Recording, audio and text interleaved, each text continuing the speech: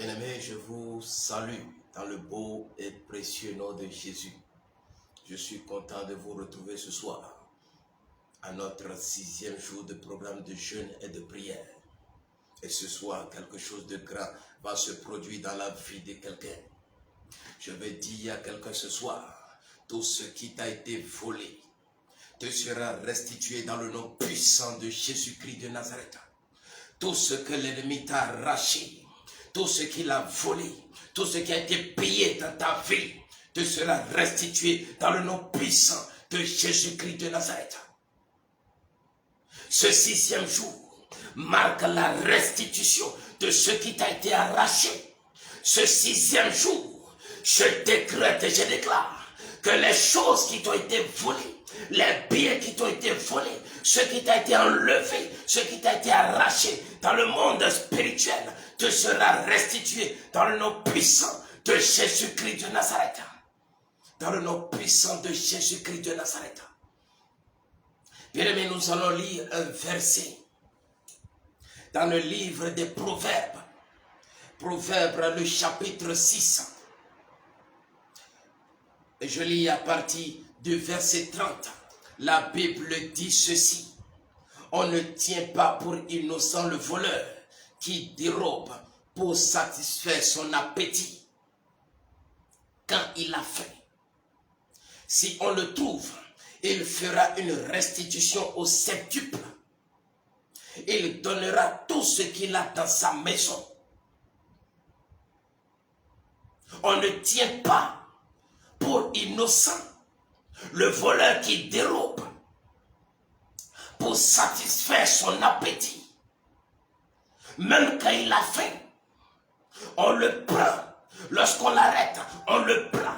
Et il restitue au septuple 7 fois ce qu'il a pris. Il le restitue. On rentre dans sa maison et on ramasse ce qu'il y a dans sa maison. C'est ce que la Bible dit. La Bible dit qu'il n'est pas possible de justifier le vol par la faim. Même si tu as faim, même si c'est parce que tu as faim que tu n'arrives plus à tenir, que tu vas voler pour manger. La Bible dit que cela ne justifie pas ton vol. Cela ne justifie pas ton vol. Alors tu n'es pas innocent. On t'attrape pour ce vol et tu dois restituer ce que tu as volé 7 fois. Et non seulement tu le fais, mais on rentre dans ta maison et on te dépouille. C'est ce que la Bible dit. Dans Proverbes, le chapitre 6, du verset 30 au verset 31. Et je veux dire à quelqu'un ce soir, Satan est un voleur. Satan est un grand bandit. C'est un voleur.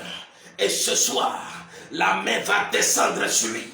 Et ce qui a été pris dans ta vie, ce qui a été ramassé dans ta vie, ce qui a été ramassé dans ton existence, te sera restitué 7 fois. Je vais rentrer dans son lieu, je vais rentrer dans tout ce qui lui appartient et il sera dépouillé ce soir. Parce que ce qu'il t'a pris te sera restitué ce soir même. Dans le nom puissant de Jésus-Christ de Nazareth. Ce n'est pas normal. On peut s'en prendre à qui on veut. On peut toucher qui on veut. On peut voler qui on veut. Mais il existe un peuple. Il existe un groupe. Il existe un ensemble qu'on appelle les enfants de Dieu. On ne touche pas. On ne touche pas aux enfants de Dieu. Satan peut frapper à gauche, il peut frapper à droite, il peut piller dans tous les sens. Mais il existe un groupe qui ne doit pas approcher. Et je dis ce soir, ce groupe qu'il a dépouillé, ce groupe réclame restitution. Et ce soir, il y aura restitution de tout ce qui t'a été volé. Il y aura restitution de tout ce qui a été pris chez toi. Il y aura restitution ce soir. Il n'y a rien à faire. Le camp de Satan sera secoué ce soir. Dans le nom puissant de Jésus-Christ de Nazareth. On ne peut pas continuer à le laisser comme ça. Beaucoup de gens, on souffre. Beaucoup de gens, ça souffre. Parce que Satan les a réduits à leur plus simple expression. Lorsque vous les voyez, ils souffrent et souffrent. Et ce n'est pas que Dieu n'est pas là, Dieu est bien là. Mais le problème, c'est qu'ils ont été dépouillés. Ils ont été totalement dépouillés.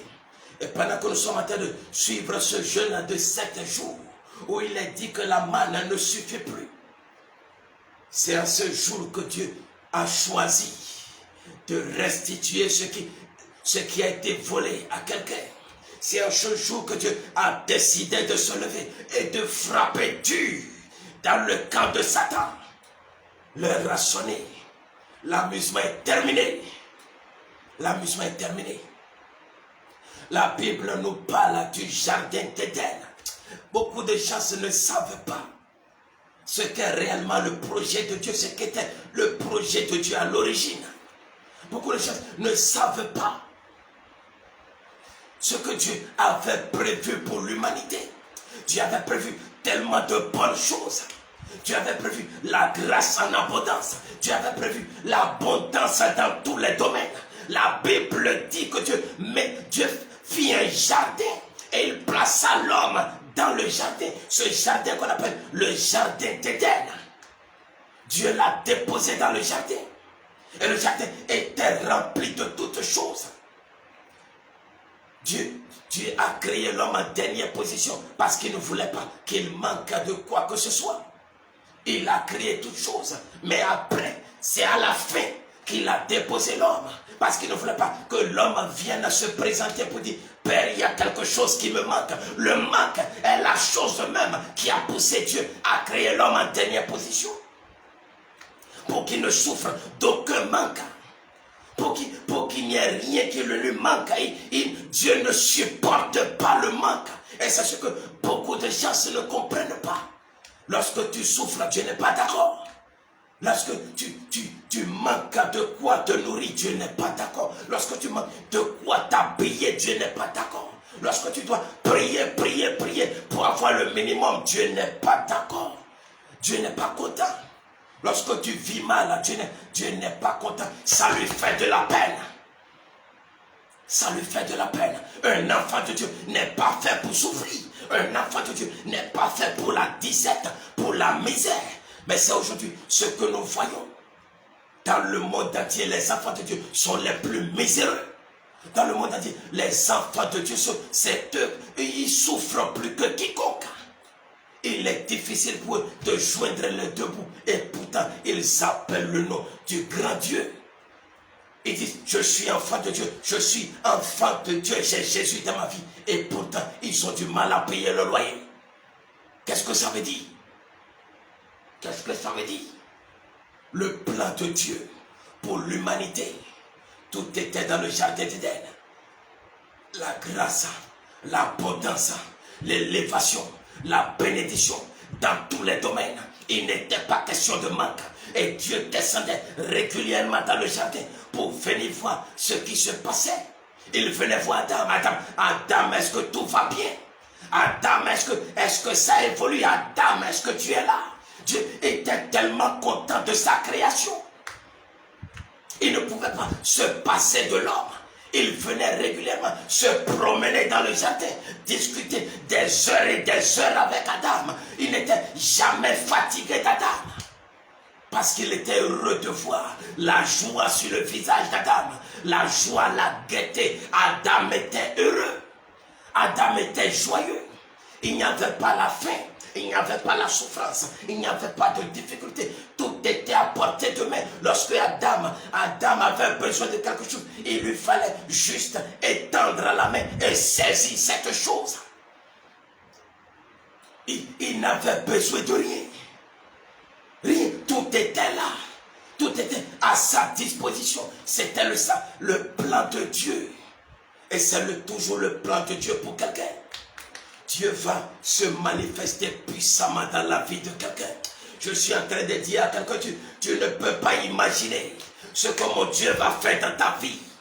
Tu ne peux pas imaginer les choses que mon Dieu va produire dans ta vie. Tu ne peux pas imaginer.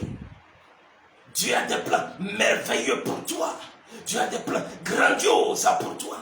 Il n'a pas abandonné ses projets. Il dit, je sais quels sont les projets que j'ai formés pour toi.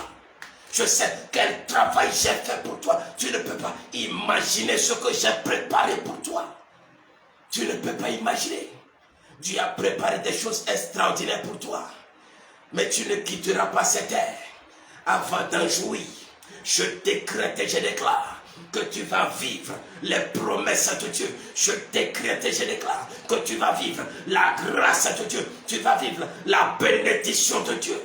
Je le décrète et je le déclare que tout système satanique qui a été mis en place pour te réduire, pour te minimiser, sera brisé au nom de Jésus-Christ de Nazareth. Le plan de Dieu est dans le jardin, un plan merveilleux, un plan puissant. Mais il y avait dans un coin un ennemi qui n'était pas content de ce qu'il voyait. Bien-aimé, lorsque tu es joyeux, il y a cet ennemi-là qui est là et qui n'est pas content. Lorsque tu es en bonne communion avec Dieu, il y a quelqu'un qui est là et qui n'est pas d'accord. Lorsque tu vis bien, il y a quelqu'un qui est là et ça le dérange. Lorsque tu es en joie, lorsque tu es dans la gaieté, il y a quelqu'un qui est là. Et lorsqu'il te regarde, te réjouit, ça l'énerve, ça l'énerve, ça le dérange. Ça le dérange. Et c'était Satan. Il s'est déguisé. Il s'est présenté. Il les a poussés à échouer. Il les a poussés à désobéir. Et leur désobéissance a créé cette séparation entre Dieu et l'homme. Le péché te déconnecte de Dieu. La Bible dit qu'ils ont été renvoyés du jardin d'Éden. Ils ont été déconnectés du plan de Dieu. Et voilà ce que les gens ne savent pas. Et ils s'amusent avec le péché, la désobéissance. Tout péché que tu commets te déconnecte de Dieu. Tout péché que tu commets te déconnecte de la grâce, te déconnecte de la bénédiction, te déconnecte de la joie que Dieu a préparée pour toi. Ils ont péché et ils ont été renvoyés du jardin. Ils sont tombés dans la disgrâce. Ils sont tombés dans le déshonneur. Ils sont tombés dans le vide. Ils ont été déconnectés du plan merveilleux de Dieu. Mais Dieu n'a pas détruit le jardin d'Éden. Écoute-moi très bien. Ils ont été chassés du jardin. Mais Dieu n'a pas détruit le jardin. Pourquoi? Parce que Dieu s'est dit, ce plan que j'ai, je le maintiendrai. Parce que je veux que l'homme revienne dans cette grâce. Écoute-moi. Si le jardin de Dieu n'a pas été détruit, si le jardin d'Éden n'a pas été détruit, c'est parce que Dieu a toujours un plan pour toi. Il se dit, même si tu as été renvoyé, je vais te ramener dans la grâce. Même si tu es sorti, je vais te ramener dans la bénédiction. Même si tu as été écarté, je vais te reconnecter à mon plan. Dieu n'a pas abandonné son projet de bénédiction. Ils ont été sortis. Mais Dieu s'est dit, j'ai un autre plan pour les récupérer. J'ai un autre plan pour les reprendre. Je ne peux pas les laisser comme ça parce que j'ai préparé de bonnes choses pour eux. Alors lorsqu'ils sont sortis du jardin, Satan était déjà en train de se réjouir parce qu'il a dit, j'ai réussi ma mission. Je viens de détruire le plan. Je viens de détruire le projet. Mais il ne savait pas que derrière, Dieu avait un plan de récupération. Dieu avait un plan de restauration. Dieu avait un plan de restitution. Il ne savait pas que derrière, Dieu avait déjà tout planifié pour régler le problème. Il ne savait pas. Le péché a été commis. Et quand le péché a été commis, c'est l'existence de ce péché qui a fait qu'ils ont été écartés du jardin. Ça veut dire qu'en réalité, si le péché n'existe pas, on a la capacité de rester dans le jardin, de rester dans la communion avec Dieu, de rester dans la bénédiction, dans l'élévation. Seul le péché vient constituer la barrière entre Dieu et nous, entre les projets de Dieu et nous. Seule l'existence du péché. Alors, si le pardon intervient, est-ce que le pardon annule le péché? Si quelqu'un me poignarde et qui me demande pardon, le pardon ne va pas nettoyer la cicatrice. Le pardon ne va pas nettoyer la plaie. Le pardon ne va pas effacer le souvenir. Le pardon ne va pas enlever le couteau de sa main et refermer la plaie et nous ramener dans le passé. Le pardon seul ne vient pas régler le problème. Suis-moi et suis-moi très bien. Si j'essaie de t'empoisonner et que ça rate et je te demande pardon, si tu ne meurs pas et je te demande pardon, le pardon ne va pas effacer l'acte que j'ai posé. Le pardon ne va pas effacer l'acte que j'ai posé. Ce pardon vient effectivement de la repentance. Je me réponds, je reconnais que ce que j'ai fait est mauvais. Mais la repentance qui pousse à ce que je vienne te demander pardon ne va pas nettoyer l'acte que j'ai posé. Alors, si Dieu s'arrête seulement au pardon, l'homme n'a pas la capacité de revenir dans ses grâces. Suis-moi très bien. Si le pardon est accordé à l'homme, le péché existe toujours, l'acte existe toujours, l'intention existe toujours, ce qui a été fait existe toujours. Alors le seul pardon n'annule pas tout le processus. La Bible dit que Jean-Baptiste a été envoyé pour préparer le chemin du Seigneur. Et Jean-Baptiste est venu avec un message, le message de la repentance. Soit que la repentance doit précéder l'intervention de Jésus. Ça veut dire que Jésus ne vient pas avec la repentance, mais Jésus vient avec la grâce. Mais la grâce doit succéder à la repentance. Si le chemin de Jésus n'est pas préparé par Jean-Baptiste, Jésus ne vient pas. Ça veut dire que si la repentance ne se produit pas d'abord, l'action de Jésus n'intervient pas. Donc l'action de Jésus est différente de celle que vient faire, de cette action-là que vient poser Jean-Baptiste. Attention, si Jean-Baptiste est là pour préparer le chemin, cela veut dire que Jésus ne vient pas pour préparer le chemin. Si Jésus vient et Jésus fait la même chose que Jean-Baptiste, alors ils sont là à préparer le chemin pour qui on ne sait. Jean-Baptiste vient pour préparer le chemin de Jésus. Mais le message de Jean-Baptiste, c'est le message de la repentance. Ce qui veut dire en termes clairs que la repentance doit passer d'abord. Et c'est après la repentance que Jésus intervient avec la grâce et la bénédiction, avec la réconciliation. Ce ministère qui lui a été donné, réconcilier l'homme à Dieu. Il vient pour cette réconciliation. Mais après que la repentance se soit manifestée, et la repentance se base sur un profond regret, et qui pousse maintenant au pardon. Donc le pardon doit intervenir, mais le pardon ne va pas amener la grâce. Le pardon ne va pas reconnecter au bien. Le pardon ne va pas reconnecter aux anciens. Le pardon ne va pas venir effacer ce qui s'est produit. Et c'est ça que beaucoup de gens n'ont pas compris. Le pardon ne va pas venir effacer le coup de couteau que je t'ai donné. Le pardon ne va pas venir effacer le coup de massue que j'ai mis sur ta tête. Le pardon vient parce que je regrette, c'est vrai, mais l'acte existe toujours. Et voilà pourquoi Dieu, dans son plan de récupération, il se dit, je ne vais pas seulement accorder le pardon, mais si l'acte n'est pas nettoyé, alors il n'y a pas de possibilité pour que l'homme revienne dans la grâce. Si l'homme doit revenir dans la grâce, alors l'acte qui a été posé dans le jardin d'Éden doit disparaître totalement, comme s'il n'avait jamais été posé. Ça veut dire qu'il doit être englouti, il doit être lavé totalement, il ne doit plus exister. C'est ça ce qui doit se passer.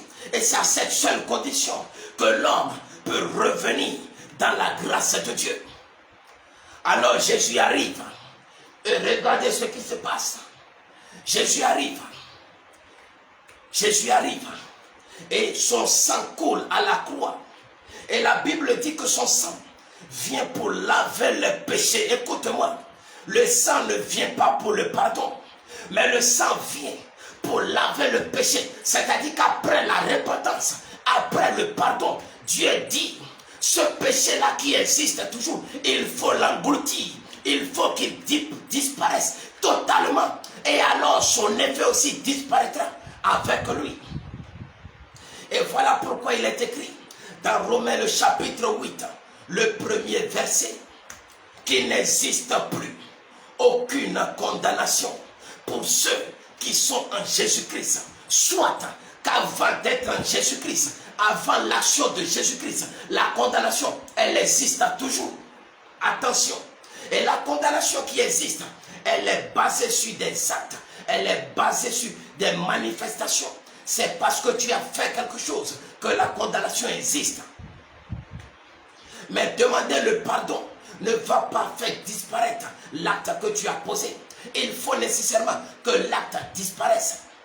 Alors lorsque le sang de Jésus rentre en action, la Bible dit que le sang de Jésus nous lave de nos péchés. La Bible nous enseigne que lorsque le sang de Jésus se manifeste, ce sang nous lave de nos péchés. Soit qu'on n'y a plus de traces de ce péché. S'il n'y a plus de traces de ce péché, alors il n'existe plus de condamnation. Or, c'est la condamnation qui fait qu'en réalité, nous sommes malmenés par l'ennemi. La Bible dit que Satan est l'accusateur. Mais pour nous accuser, il faut que des actes aient été posés. Si l'acte n'est pas posé, il n'y a pas d'accusation. L'accusation est infondée. Si la malédiction travaille, c'est parce que des actes ont été posés. Et c'est pour ça que la Bible dit que la malédiction sans cause, elle s'envole. La malédiction sans cause, soit que lorsque la cause existe, la malédiction ne s'envole pas simplement. Soit c'est la cause qui justifie les conséquences. S'il n'y a pas d'acte, il n'y a pas de conséquences. S'il n'y a pas d'acte, il n'y a pas de condamnation. Et s'il y a d'acte, il y a de condamnation. Alors il y a la souffrance. Alors il y a le maltraitement. Nous sommes maltraités par Satan. Nous sommes maltraités. Nous allons souffrir tant qu'il y aura la cause. Nous allons souffrir tant qu'il y aura les actes que nous avons posés. Et c'est pour ça que je disais tantôt que le pardon seul ne suffit pas. Et Dieu le savait. Alors Dieu dit, il faut faire disparaître l'acte qui a été posé. Il faut l'engloutir. Il faut qu'il n'existe plus. Et la seule façon de procéder pour que cet acte disparaisse totalement, c'est qu'il faut qu'il soit lavé par le sang de Jésus. Alors le sang de Jésus, il intervient. Il lave la faute. Il lave le péché. Tellement que le péché n'existe plus. Tellement que l'acte n'existe plus. Si l'acte n'existe plus, alors la condamnation n'existe plus. Et si la condamnation n'existe plus, parce qu'elle n'est plus fondée, alors les conséquences deviennent des conséquences injustifiées. Si j'ai été jeté en prison parce que j'avais volé, mais lorsqu'au moment où on cherche les preuves de mon vol, il n'en existe pas. Parce que l'acte en réalité a déjà disparu. Ça veut dire que le fait que j'ai été jeté en prison devient une injustice. Et cette injustice doit être alors régularisée. On doit m'indemniser. On doit me payer des dommages. Pourquoi? Parce qu'à partir de cet instant où le vol n'existe plus, où il n'y a pas de preuve de l'acte que j'ai posé, parce que le vol a été englouti, le vol a été annulé, toutes les actions ont été annulées, toute souffrance que je suis en train d'endurer devient une souffrance qui est injustifiée. Et à partir de ce moment où elle est injustifiée, alors je peux réclamer réparation, je peux réclamer restitution, je peux demander à être remboursé. Si vous avez saisi un bien parce que vous m'aviez traité de voleur, mais que vous n'avez pas de preuve que j'ai volé, alors j'ai le droit de réclamer restitution. Et je dis ce soir, il y aura restitution dans le nom puissant de Jésus-Christ de Nazareth. La Bible dit, dans Romains le chapitre 8, le verset 1, qu'il n'y a plus de condamnation pour ceux qui sont en Jésus. À partir du moment où vous êtes en Jésus, vous bénéficiez de l'action du sang de Jésus. Et à partir du moment où l'action du sang de Jésus est visible, est réelle dans votre vie, la condamnation n'existe plus parce que l'acte n'existe plus. L'acte est détruit. L'acte dont les ordonnances nous condamnaient, cet acte est détruit totalement, il disparaît totalement par l'effet du sang de Jésus. Alors, tout ce qui a été englouti, tout ce qui a été pris, tout ce qui a été saisi chez nous, tout ce qui a été ramassé chez nous, parce qu'on était accusé, maintenant que l'accusation ne tient plus, ces choses nous appartiennent et elles doivent être restituées. Et elles seront restituées aujourd'hui même, dans le nom puissant de Jésus-Christ de Nazareth. Je réclame restitution pour quelqu'un. Je réclame restitution pour toi qui me suis. Je réclame restitution dans le nom puissant de Jésus-Christ de Nazareth. Si l'acte n'existe plus, la condamnation n'existe plus. Si la condamnation n'existe plus, alors tous mes biens qui ont été ramassés doivent être restitués. Ils doivent m'être retournés. Alors celui-là qui les a en possession, qui me les a arrachés parce que j'étais accusé, à partir de ce moment-là où l'acte n'existe plus, celui-là, il est un voleur. Celui-là, c'est un voleur. Parce que ce qu'il garde en sa possession ne lui appartient pas. Ce qu'il garde en sa possession m'appartient. Et à partir de ce moment-là, celui-là, il est un voleur. Et la Bible dit ceci dans le Proverbe, le chapitre 6, du verset 30 au verset 31. Ce passage que nous avons lu au départ. La Bible dit qu'il n'est pas question qu'on traite un voleur d'innocent. Cela n'est pas possible. La Bible dit que si le voleur est attrapé, si on voit et on reconnaît qu'il est un voleur, il doit restituer 7 fois ce qu'il a volé. Et je suis en train de dire ce soir, sur la base de cette écriture, sur la base de cette parole, je dis maintenant même, dans le nom puissant de Jésus-Christ de Nazareth, tout ce qui t'appartient, tout ce qui a été pris chez toi, tout ce qui a été englouti par le monde des ténèbres, tout ce qui porte ton nom dans le monde des ténèbres, que cela te soit restitué maintenant même, dans le nom puissant de Jésus-Christ de Nazareth. Je dis que cela te soit restitué maintenant même, dans le nom puissant de Jésus-Christ de Nazareth. Je dis que cela te soit retourné maintenant même, dans le nom puissant de Jésus-Christ de Nazareth. Dans le nom puissant de Jésus-Christ de Nazareth. Dans le nom puissant de Jésus. Dans le nom puissant de Jésus. La dernière fois, nous étions en train de parler d'Abraham et de Lot. Et je vous ai expliqué qu'en réalité, Lot avait une mission dans la vie d'Abraham. Il avait une mission de le mettre dans une situation où il serait obligé de se rendre en Égypte. Le plan de Dieu pour Abraham, c'était de l'élever, c'était de le multiplier. Mais la multiplication ne peut intervenir que lorsqu'il y a quelque chose qu'on peut multiplier. Parce qu'on ne peut pas multiplier le néant. On ne multiplie pas zéro. Tout chiffre, tout nombre multiplié par zéro redonne zéro. Ce qui veut dire que l'esprit ou l'onction de la multiplication ne peut intervenir à partir du moment où vous avez quelque chose en votre possession. C'est ce que vous avez qui peut être multiplié. Et c'était ça, le plan de Dieu pour Abraham. Dieu voulait multiplier ce que Abraham avait en possession. Alors l'action même de Lot dans la vie d'Abraham, la mission qu'il avait reçue, c'était de le dépouiller. Et comme ça, à son arrivée dans Canaan, il serait impossible que Dieu passe à la multiplication. Pourquoi? Parce qu'il n'y aurait rien à multiplier. Et voilà pourquoi, lorsque le processus a été lancé, lorsque la famine a frappé, Abraham a dû se lever et se rendre en Égypte. Pourquoi? Parce qu'il n'y avait rien à multiplier. La semence avait été déplacée. La semence avait été volée par l'action de Satan. Beaucoup de gens ne savent pas quelle est l'œuvre de Satan dans leur vie. Ils ne savent pas ce que Satan vise dans leur vie. Ils ne savent pas le secret qui est dans la semence. Ils ne savent pas ce qu'on appelle la semence. Et Satan les a dépouillés de la semence. La Bible dit dans Genèse le chapitre 1er, la Bible nous dit que Dieu a ordonné qu'il y ait de la verdure et que les arbres portent des fruits, et que dans chaque fruit, que chaque fruit porte sa semence, que chaque fruit porte sa semence, soit que la semence soit contenue dans la graine elle-même, soit que lorsque vous prenez la semence, en réalité, cette semence porte en elle l'esprit, la puissance de la multiplication. J'espère que tu comprends. Lorsque tu prends une graine, dans cette graine, Dieu a déposé en réalité la capacité de la multiplication.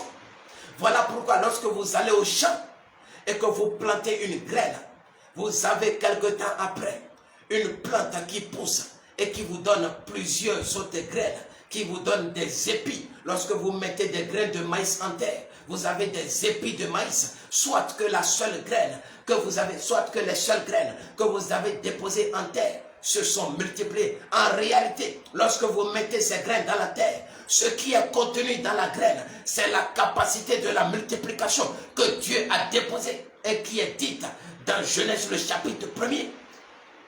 Lorsque Dieu a fait la semence, il lui a donné la capacité de multiplication, ce qui fait que dans la semence elle-même, nous avons plusieurs autres semences qui sont invisibles, mais qui sont réelles. Lorsque vous mettez le noyau d'une mangue dans terre et que vous arrosez, l'arbre pousse et vous donne plusieurs autres mangues. En réalité, dans ce noyau de mangue, il y a déjà la capacité de multiplication. Donc, pour vous empêcher d'avoir un manguier qui vous donne plusieurs mangues, il suffit de vous arracher le noyau que vous avez dans la main. Alors, pour bloquer la capacité de multiplication, il suffit de vous arracher la semence, de vous empêcher de semer. Alors, lorsqu'on vous empêche de semer, on vous empêche de rentrer dans l'abondance. Et c'est ça, l'une des stratégies les plus puissantes de Satan. Si Satan veut t'empêcher de te multiplier, si Satan veut t'empêcher de rentrer dans l'abondance, il n'a pas besoin de combattre dans tous les sens. Il t'arrache ce qu'on appelle la semence, parce qu'à l'intérieur de la semence, il y a la capacité de multiplication. C'est pour cela qu'il s'attaque à la semence, c'est-à-dire à la première graine, au premier résultat, au premier enfant, aux premières choses que tu obtiens. Et j'expliquais la dernière fois que c'est à cause de ce principe que Dieu s'est approprié les premières choses, les premières semences, les premières graines, les premiers résultats. Et c'est ce qu'on appelle aujourd'hui les prémices. Dieu se les a appropriés. Pourquoi? Parce que c'est ça la même que Satan vise pour détruire votre multiplication. Si Satan veut vous empêcher de rentrer dans l'abondance, il vise les premiers résultats que vous avez, les premières choses que vous avez. Parce qu'à partir de cet instant, vous pouvez vous multiplier. S'il vous laisse la semence, vous avez la capacité de vous multiplier. Et comme c'est cette semence-là qu'il vise, et comme humainement parlant, aucun homme ne peut affronter Satan. Voilà pourquoi Dieu dit, je me les approprie, ces premières choses. Et il leur donne alors que les prémices lui soient données. Il dit, ces choses m'appartiennent. Pourquoi? Parce qu'à partir de cet instant, Satan ne peut pas se lever et se les arracher. Voilà pourquoi beaucoup de gens se font du mal lorsqu'ils ne versent pas leurs prémices. Voilà pourquoi beaucoup de gens se font du mal lorsqu'ils ne donnent pas les prémices à Dieu. Ils se font du mal parce qu'ils les gardent en leur possession. Et Satan, en les affrontant, il leur arrache leur semence et leur avenir est mélangé. Satan, de par ce fait, les empêche de se multiplier, les empêche de grandir à l'infini. Il détruit la semence. La semence, elle a en elle la capacité de multiplication. Et c'est cette semence-là qui est visée par Satan. Le terme que nous avons donné pour ces 7 jours de jeûne, la manne ne me suffit plus. Je veux rentrer dans Canaan. La manne dans le désert, elle était soumise à une condition. La condition était claire. Personne ne doit prendre pour le lendemain. Personne ne doit prendre pour le lendemain. Soit que si Dieu vous donne pour un jour, vous prenez la quantité qui vous suffit. Mais pas pour le jour à venir. Et regardez ce qui se passait. tous ceux qui avaient tenté de prendre pour le jour suivant, la Bible dit que le lendemain déjà, cette nourriture était infecte, elle était gâtée, elle pourrissait déjà. Déjà le lendemain, il était impossible de la consommer, soit que la loi veillait à ce que personne ne rentre dans l'abondance. Voilà la règle qui fonctionnait dans le désert. Il était impossible d'avoir un peu pour le lendemain. Il était impossible. Tout ce que vous obteniez pour le jour était consommé pour le jour. Et le lendemain, vous devez attendre encore de recevoir pour ce lendemain-là pour pouvoir consommer. C'était ça, les règles du désert. Et beaucoup de gens se trouvent dans cette situation aujourd'hui. Ils ne reçoivent que ce qu'ils peuvent consommer dans la journée. Et lorsque cette journée passe, ils doivent se battre encore pour obtenir pour la journée qui suit. Parce qu'ils sont soumis à cette loi. La loi qui empêche l'abondance. La loi qui limite l'abondance dans le désert. Toute action que vous menez pour rentrer dans l'abondance, c'est une action inutile. Tout combat que vous menez pour rentrer dans l'abondance, c'est un combat inutile. Parce que la loi, elle existe dans le désert. Personne ne peut rentrer dans l'abondance. Personne dans le désert, il est impossible, quel que soit votre talent, votre intelligence, votre capacité. Dans le désert, personne ne rentre dans l'abondance. Mais le plus gros problème dans la vie de la plupart, c'est que même cette graine, même cette semence, même ce qui est donné dans le désert et qui permet de vivre au jour le jour, même cela n'existe plus aujourd'hui parce que Satan l'a arraché. Écoute-moi bien. Il nous a été enseigné qu'avant d'avoir des économies, avant plutôt d'investir, il faut les économies. On investit sur les économies. Mais l'économie n'existe pas si les dépenses consomment le gain. Soit que c'est le gain moins les dépenses qui constituent l'épargne. Et c'est sur l'épargne qu'on peut investir. Toute la Bible, toute la vie est basée sur un principe, le principe de la semence. Et c'est celui qui sème, c'est celui-là qui moissonne. Et je vous ai dit tout à l'heure, si Satan veut vous empêcher de vous multiplier, alors il s'attaque à la semence. Parce que toute la loi, toute la vie, tous les principes se basent sur la semence. La Bible dit qu'on ne moissonne que ce que l'on a semé. Ça veut dire que celui qui ne sème pas ne peut pas moissonner. Celui qui veut moissonner alors qu'il n'a pas semé, il perd son temps. C'est ce qu'on sème, c'est cela qu'on moissonne. C'est ce qu'on sème, c'est cela qu'on moissonne. Ça veut dire que celui-là qui veut moissonner la grandeur, il doit semer d'abord. Celui-là qui veut grandir, il doit semer. Celui qui veut évoluer, il doit semer. Celui qui veut rentrer dans l'abondance, il doit semer d'abord. S'il n'a pas la capacité de semer, alors il n'a pas la capacité de rentrer dans l'abondance. Il n'a pas la capacité. Et beaucoup de gens, aujourd'hui, ce sont leurs semences qui ont été attaquées. Mais si je n'ai pas de semences, si je n'ai rien à semer, alors je suis limité. Si je n'ai pas quelque chose à investir, alors il m'est impossible de me multiplier.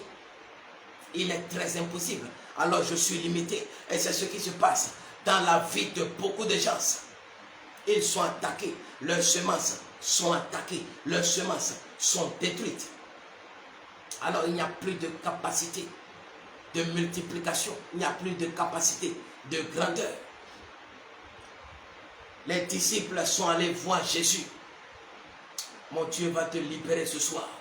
Quelque chose va se passer tout à l'heure. Les disciples sont allés voir Jésus. Et les disciples ont dit à Jésus, apprends-nous à prier. Et Jésus leur a dit, lorsque vous priez, dites à ceci, notre Père qui est dans les cieux, que ton nom soit sanctifié, que ton règne vienne, que ta volonté soit faite sur la terre comme dans les cieux. Donne-nous notre pain de ce jour. Et c'est là que je vais m'arrêter. Donne-nous notre pain de ce jour. Soit que dans le plan de Dieu, il y a un pain que Dieu donne chaque jour. Et c'est ça qu'on appelle la semence. Il y a un pain que Dieu donne chaque jour. Dieu sème dans ta vie chaque jour. Dieu dépose dans ta vie chaque jour. Dieu t'envoie des clients chaque jour. Dieu t'envoie du bien chaque jour. Dieu te fait du bien chaque jour. Chaque jour qui arrive, Dieu fait ce qu'il faut pour ce jour-là précis. Mais le problème avec beaucoup de gens aujourd'hui, c'est que Dieu le donne pour le jour, mais ils ne le reçoivent pas. Dieu le donne pour le jour, mais ils ne reçoivent rien. Et c'est ça le plus gros problème des gens. Vous allez voir beaucoup de gens qui vont dans leur boutique et le jour arrive, aucun client ne se présente.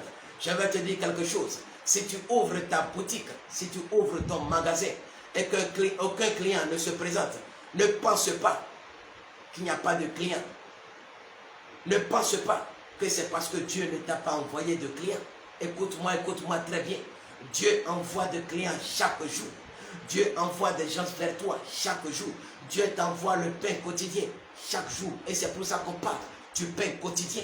Alors si tu ne reçois pas en une journée, ne pense pas que Dieu n'a pas envoyé. Dieu a envoyé, mais la chose est quelque part. Dieu t'a donné, mais ce qu'il t'a donné est quelque part, est resté quelque part, a été arraché quelque part, a été attaqué quelque part, afin d'empêcher qu'il y ait la multiplication. Et la Bible parle de Pierre. La Bible parle de Pierre. Pierre qui était en train de répondre à Jésus. Nous avons essayé toute la nuit. Nous n'avons pas péché. Nous n'avons rien trouvé. Mais lorsqu'on analyse la prière que Jésus a enseignée à ses disciples, Dieu a envoyé du poisson pour ce jour-là précisément. Écoute-moi très bien. Pierre allait à la pêche parce que c'était son activité. Mais il ne trouvait pas de poisson. Et pourtant la parole de Dieu est claire. Dieu envoie le pain chaque jour. Il allait, mais il ne trouvait pas. Le poisson, il se situait où? Le poisson était là, dans la mer. Il allait sur la mer. Il jetait le filet, mais il ne trouvait pas le poisson. Et pourtant, le poisson était là. Et voilà ce qui se passe dans la vie de beaucoup de gens. Il existe cette force, il existe cette puissance, il existe ces autorités qui ont mis la main sur leur bénédiction. Dieu leur donne des choses chaque jour, mais ces puissances couvrent ces choses de leurs mains ténébreuses et les empêchent de parvenir à leur propriétaire. Il y a des choses qui t'appartiennent, mais qui sont dans la mer. Il y a des choses qui t'appartiennent, qui ont été couvertes par les ténèbres. Il y a des choses qui t'appartiennent, qui ont été volées par le monde des ténèbres. Il allait à la pêche tout le temps, mais il ne trouvait pas de poisson. Le lundi, Dieu a envoyé de poissons, mais il ne trouvait pas. Le mardi, Dieu a envoyé de poissons, il ne trouvait pas. Le mercredi, Dieu en envoyait, mais il ne trouvait pas. Il est allé, il a cherché, il a fouillé la mer, il n'a pas trouvé de poissons. Et pourtant, les poissons étaient là. Les poissons étaient bel et bien là, mais il ne les voyait pas à cause de l'activité des ténèbres. À cause de l'activité des ténèbres, la puissance des ténèbres recouvrait ces poissons. Mais ces poissons lui appartenaient. Et la Bible dit que Jésus est rentré dans cette barque.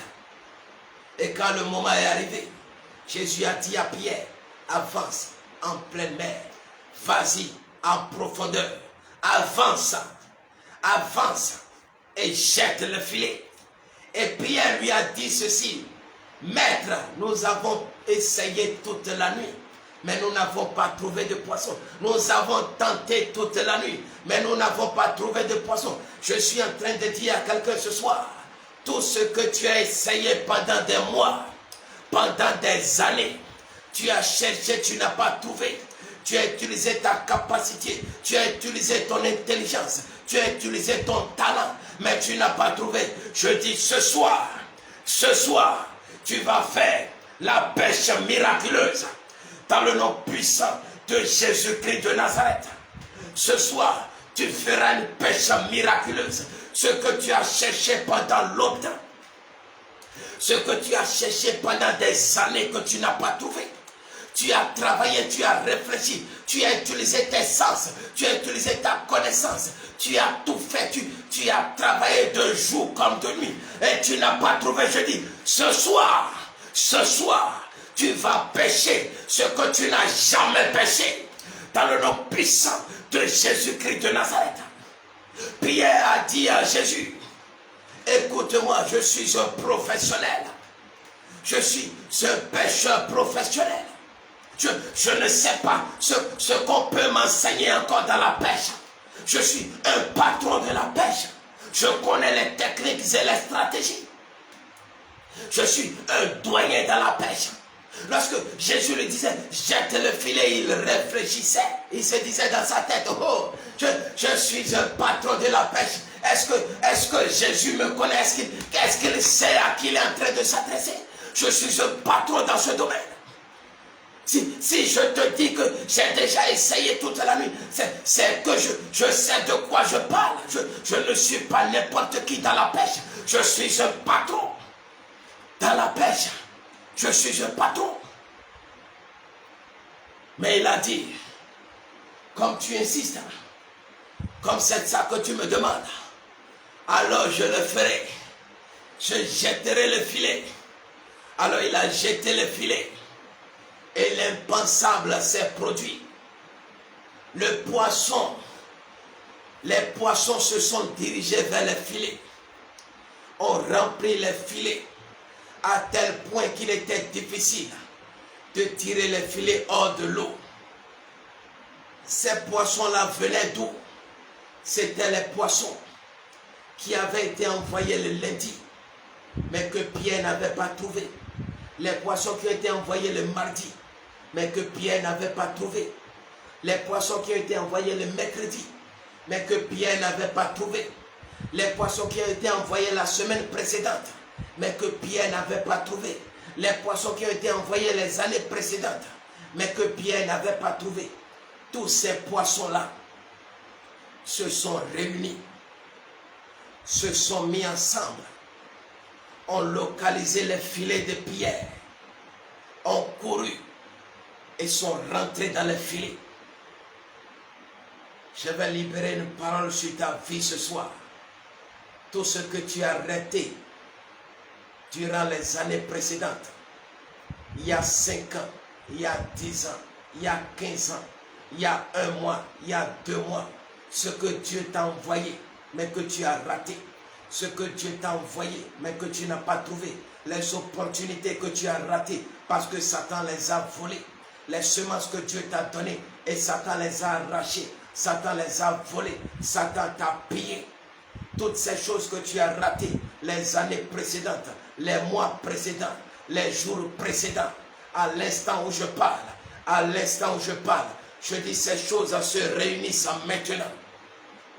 Ces choses se mettent ensemble maintenant. Ces choses se réunissent maintenant et te localisent dans le nom puissant de Jésus-Christ de Nazareth. Je dis à l'instant où je parle, à l'instant où je parle, à l'instant où je parle, à l'instant où je parle, j'ordonne maintenant à tous ces poissons qui t'appartiennent, à toutes ces bénédictions qui t'appartiennent, à tous ces biens qui t'appartiennent, je leur donne de te localiser maintenant même et de courir vers toi dans le nom puissant de Jésus-Christ de Nazareth. Ces biens te localisent maintenant même. Ces bénédictions te localisent maintenant même. Ces semences qui t'ont été arrachées te localisent maintenant même. Dans le nom puissant de Jésus-Christ de Nazareth. Tu reçois maintenant même. Tu reçois maintenant. Reçois maintenant. Dans le nom puissant de Jésus-Christ de Nazareth. Ce que tu as raté pendant des années. Ce que tu as raté pendant des mois. Ce que tu as raté. Je dis te localise maintenant même. Dans le nom puissant de Jésus-Christ de Nazareth. Dans le nom puissant de Jésus-Christ de Nazareth. Pierre ne trouvait pas ces poissons. Or ces poissons étaient bel et bien dans l'eau. Étaient bel et bien cachés dans l'eau. Parce qu'ils étaient dans un magasin. Dans un magasin dans les eaux. Dans les eaux profondes. Ces bénédictions étaient cachées dans ces magasins. Dans les eaux profondes. Et à l'instant où je parle, j'embrase les eaux, j'embrase le camp de Satan, j'embrase la mer, j'embrase tout endroit où ont été stockées ta bénédiction. Je dis, je les embrase maintenant. Je brise les verrous maintenant. Je brise les verrous. Je brise et je libère tout ce qui t'appartient dans le nom puissant de Jésus-Christ de Nazareth. Je brise les liens. Je brise les verrous. Je brise. Dans le nom puissant de Jésus-Christ de Nazareth. Tout magasin où sont stockées tes bénédictions. Tout magasin où sont stockés tes biens. Tout magasin où sont stockées ces choses qui t'appartiennent. Je dis que ces magasins sont brisés, les portes sont brisées. Maintenant même, dans le nom puissant de Jésus-Christ de Nazareth, je brise, je brise, je brise, je brise les verrous maintenant même, dans le nom de Jésus. Et je libère tes bénédictions, je libère tes bénédictions, je libère la semence, je libère les graines. Je libère les poissons dans le nom puissant de Jésus-Christ de Nazareth. Dans le nom puissant de Jésus-Christ de Nazareth. Tout ce que Satan t'a arraché, tout ce que Satan a volé chez toi, dans les temps de désobéissance, dans les temps de désobéissance, dans les temps d'indiscipline, dans les temps où tu n'étais pas connecté à Dieu, dans les temps où tu as désobéi à Dieu, dans le temps où tu faisais ce que tu voulais, je dis tout ce qui t'a été volé, tout ce qui t'a été arraché, je dis à l'instant même, parce que tu es dans le sang de Jésus, parce que tu es en Jésus-Christ de Nazareth, et que ce sang a déjà lavé tes fautes, a lavé tes actes, a lavé tes péchés. La condamnation n'existe plus, parce que l'acte n'existe plus. Et à partir de ce moment, toutes ces choses qui t'appartiennent et qui sont en possession de Satan, ces choses sont le fruit d'un vol. Et Satan est un voleur. Et la Bible me dit qu'aucun voleur ne sera tenu pour innocent. Lorsqu'on l'attrapera, ce qu'il a volé sera restitué au septuple. Et je dis maintenant même, j'ordonne au camp des ténèbres, j'ordonne aux ténèbres, j'ordonne à la sorcellerie, j'ordonne aux esprits des eaux, aux esprits des forêts, aux esprits des airs. J'ordonne maintenant que tout ce qui t'a été volé te soit restitué maintenant même. J'ordonne dans le nom puissant de Jésus-Christ de Nazareth. Parce que la condamnation n'existe plus. Parce que l'acte dont les ordonnances te condamnaient a été détruit. Je dis, j'ordonne maintenant que tout ce qui t'appartient te soit restitué. J'ordonne restitution maintenant même dans le nom puissant de Jésus-Christ de Nazareth. J'ordonne que ce qui t'a été volé doit restituer 7 fois. J'ordonne que ce qui a été pris chez toi soit restitué 7 fois. J'ordonne que la maison de Satan, que les magasins du diable, que les magasins des esprits des eaux soient vidés maintenant. Je dis que les magasins soient vidés maintenant. Parce que la Bible me dit qu'on rentrera dans sa maison et on videra sa maison. Je dis maintenant même, tout magasin cesse. Tout magasin des esprits des eaux, tout magasin des esprits des forêts, des esprits des airs, des esprits, quel que soit le lieu de présence. Je dis tous les magasins sont vidés maintenant même, dans le nom de Jésus. Dans le nom puissant de Jésus-Christ de Nazareth. Tout magasin diabolique qui garde tes bénédictions, je dis à l'instant même, il se vide maintenant même. Dans le nom de Jésus-Christ de Nazareth. Dans le nom puissant de Jésus-Christ de Nazareth. Ce qui t'appartient doit être restitué maintenant. Satan est un voleur. Satan est un voleur. Et la Bible est claire. La Bible dit qu'aucun voleur ne sera tenu pour innocent. Même en cas de fait, s'il vole, il dérobe à cause de sa fait, il ne sera pas tenu pour innocent. Satan n'est pas innocent et il ne sera pas tenu pour innocent. Et la Bible dit, si on attrape le voleur, ce qu'il a volé doit être restitué 7 fois. Et je dis à l'instant même, tu retrouves ce qui t'a été volé, ce qui t'a été arraché, tu le retrouves 7 fois dans le nom puissant de Jésus-Christ de Nazareth. Et je rentre dans tous les magasins des ténèbres et je vide ces magasins maintenant dans le nom puissant de Jésus-Christ de Nazareth. Tu reçois ce qui t'appartient et tu le reçois au septuple maintenant même. Dans le nom puissant de Jésus-Christ de Nazareth. Dans le nom de Jésus. Tu reçois, tu reçois, tu reçois, tu reçois, tu reçois, tu reçois, tu reçois, tu reçois. Dans le nom puissant de Jésus-Christ de Nazareth. Dans le nom puissant de Jésus. Dans le nom puissant de Jésus. Dans le nom puissant de Jésus. Lorsque Pierre était en train de tirer les filets des eaux, aidé par ses compagnons, aidé par ses amis, il a compris que quelque chose d'extraordinaire venait de se produire. Je suis en train de dire à quelqu'un, tu viendras avec un témoignage extraordinaire.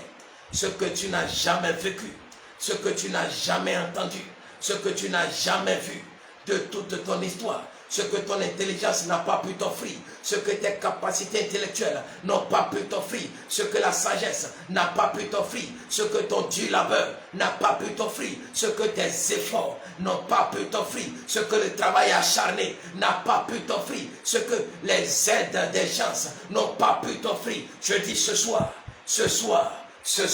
cela te visite dans le nom puissant de Jésus-Christ de Nazareth. Le nombre de poissons, la quantité de poissons que Pierre n'a jamais pêché durant toute sa vie, en un seul instant, le miracle s'est produit et les filets ont gardé ce qu'il n'a jamais vu. La Bible dit que sa barque a été remplie, la barque de ceux qui sont venus l'aider a été remplie, mais les barques s'enfonçaient sous la grandeur, sous le poids de ces poissons. Quelle est cette bénédiction qui pèse tellement qu'elle est prête à te noyer? Je dis, quelqu'un sera étonné de ce qu'il va recevoir. Tu seras tellement rempli de bénédictions, rempli d'actions de Dieu, rempli de témoignages, que tu seras débordé. Je dis, les bénédictions vont déborder dans ta vie. La grâce de Dieu va te remplir. Tu seras débordé. Tu seras rempli de bénédictions. Parce que les magasins ténébreux sont brisés maintenant même. Et tu reçois en abondance. Tu reçois en abondance. Pierre a donné, mais la barque continuait de s'enfoncer. Je suis en train de dire à quelqu'un, tu en auras tellement que tu vas distribuer, mais ça ne finira pas. Tu vas donner, ça ne finira pas. Tu vas organiser des jours, des semaines de distribution, mais ça ne finira pas. Parce que mon Dieu va te déposer dans l'abondance. Que mon Dieu te garde. Que mon Dieu te bénisse. Que mon Dieu te garde. Que mon Dieu te bénisse. Ne rate pas le rendez-vous de demain. Demain, ce sera l'apothéose. Nous allons clôturer ce jeûne en puissance. Nous allons clôturer ce jeûne en puissance. Ne rate pas le programme de demain. Demain, nous allons nous retrouver sur cette page, la page officielle du ministère au portique de Salomon. Le portique où il y a de grands miracles, des choses inexplicables qui se produisent. Nous nous retrouvons ici demain pour clôturer ce jeûne, ce programme de jeûne et de prière. Ne manque pas ce programme. Donne l'information autour de toi. Invite ceux de ton entourage, ceux de ta maison, ceux de ton quartier. Invite-les, qu'ils viennent recevoir cette grâce, qu'ils viennent recevoir cette grâce, qu'ils viennent recevoir cette grâce, qu'ils viennent recevoir cette grâce. La Bible parle des ouvriers de la dernière heure, même ceux-là qui vont se connecter demain. Et ce sera même la première fois qu'ils seront en train de participer à ce programme. Ils auront des résultats étonnants dans leur vie, parce que mon Dieu va se manifester puissamment. Ne rate pas ce programme et que mon Dieu te garde, que mon Dieu te bénisse. Shalom.